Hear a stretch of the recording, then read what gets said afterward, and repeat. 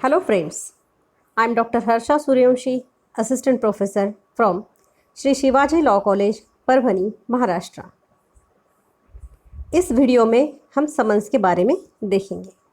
Last video में हमने देखा है समन्स क्या है, समन्स के इसेंशियल्स क्या है और समन्स में क्या क्या होना चाहिए। अब हम देखेंगे डिफेंडेंट को समन्स ऑर्डर 5 के तहत कैसे दिया जाता है।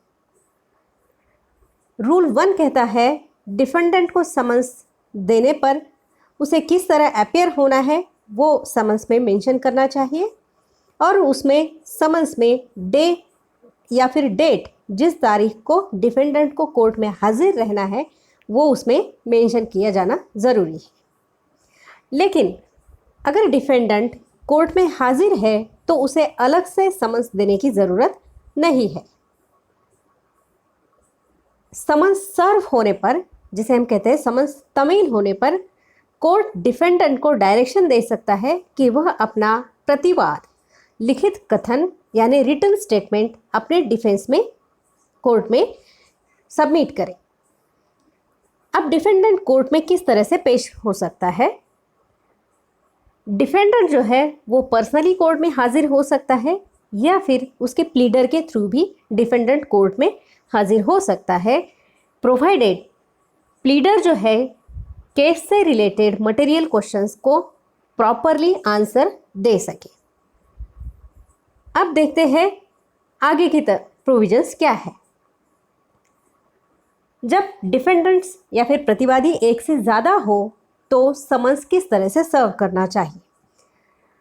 समन्स ऐसे सिचुएशन में एक डिफेंडेंट को या फिर पूरे डिफेंडेंट्स को समन्स सर्व करना ज़रूरी है। अकॉर्डिंग टू रूल 12, अगर डिफेंडेंट का कोई एजेंट है, ऑथोराइज्ड एजेंट है, तो ऐसे सिचुएशन में डिफेंडेंट के ऐसे एजेंट पे भी समन्स सर्व किया जा सकता है। अगर सूट ये किसी बिजनेस या काम के सिलसिले में है तो ऐसे सिचुएशन में उस बिजनेस या वर्क का जो भी एजेंट है उस एजेंट पे भी समन्स सर्व किया जा सकता है। अगर सिविल सूट इमूवेबल प्रॉपर्टी से कंसर्न है तो ऐसे सिचुएशन में जो भी पर्सन उस इमूवेबल प्रॉपर्टी का चार्ज ले रहा है ऐसे पर्सन को या ऐसे एजेंट को समन्स जो है वो सर्व किया जा सकता है। समन्स किसे सर्व किया करना चाहिए? As far as practicable summons जो है वो डिफेंडेंट को पर्सनली सर्व किया जाना चाहिए। लेकिन अगर डिफेंडेंट अवेलेबल नहीं है तो डिफेंडेंट के किसी भी फैमिली मेम्बर को जो एडल्ट है ऐसे फैमिली मेम्बर को सर्व किया जा सकता है।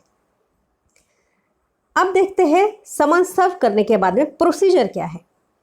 समन्स सर्व करने के बाद में जो पर्सन समन्स साइन करता है उसे एक्नॉलेज करना पड़ेगा कि समन्स उसे सर्व हो चुका है। ये प्रोविजन है रूल 16 में। क्या होगा अगर डिफेंडेंट समन्स नहीं लेता है? ऐसा कौन से सिचुएशन में हो सकता है? उसका जवाब या फिर उसका सॉल्यूशन रूल 17 में है। रूल 17 क्या कहता है कि डिफेंडेंट अगर समन्स लेने को मना कर रहा है या डिफेंड कोशिश करने के बावजूद भी सर्विंग ऑफिसर डिफेंडेंट को नहीं ढूंढ पा रहा है या फिर डिफेंडेंट का कोई एजेंट या कोई भी पर्सन नहीं है कि जो on behalf of defendant summons accept कर सके, ऐसे सिचुएशन में क्या करना चाहिए? रूल 17 कहता है कि समन्स की कॉपी जो है एक कॉपी ऐसी जगह पे फिक्स करनी चाहिए जहाँ पे ऑर्डिनरीली डिफेंडेंट रहता है।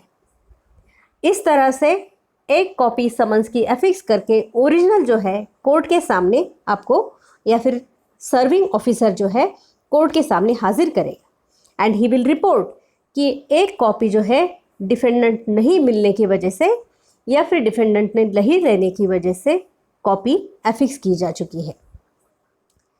अब देखते हैं कौन से पर्सन्स है जिनको पर्सनली कोर्ट के सामने हाजिर होने की ज़रूरत नहीं है। Section 132 and 133 deals with this provision and rule 4 deals with procedure about these persons.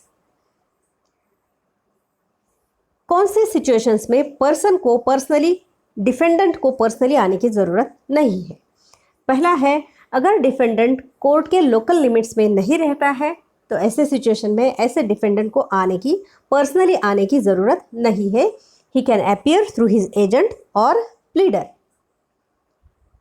Similarly, defendant अगर कोर्ट के 50 माइल्स दूर रहता है बट 200 माइल्स की जुरिस्डिक्शन में रहता है और पब्लिक कन्वेंस अगर अवेलेबल है तो ऐसे डिफेंडेंट को पर्सनली कोर्ट में हाजिर होने की ज़रूरत नहीं है. He can appear through his agent और प्लीडर. पर्दानशीन महिलाओं को पब्लिक में नहीं आती है, उन्हें भी कोर्ट में पर्सनली हाजिर रहने की ज़रूरत नहीं है. सेक्शन 133 में कुछ पर्सन्स को एग्जेम्प्ट किया गया है, जैसे कि president of India, prime minister of India, members of legislative body and likewise. Thank you friends, thank you for watching the video.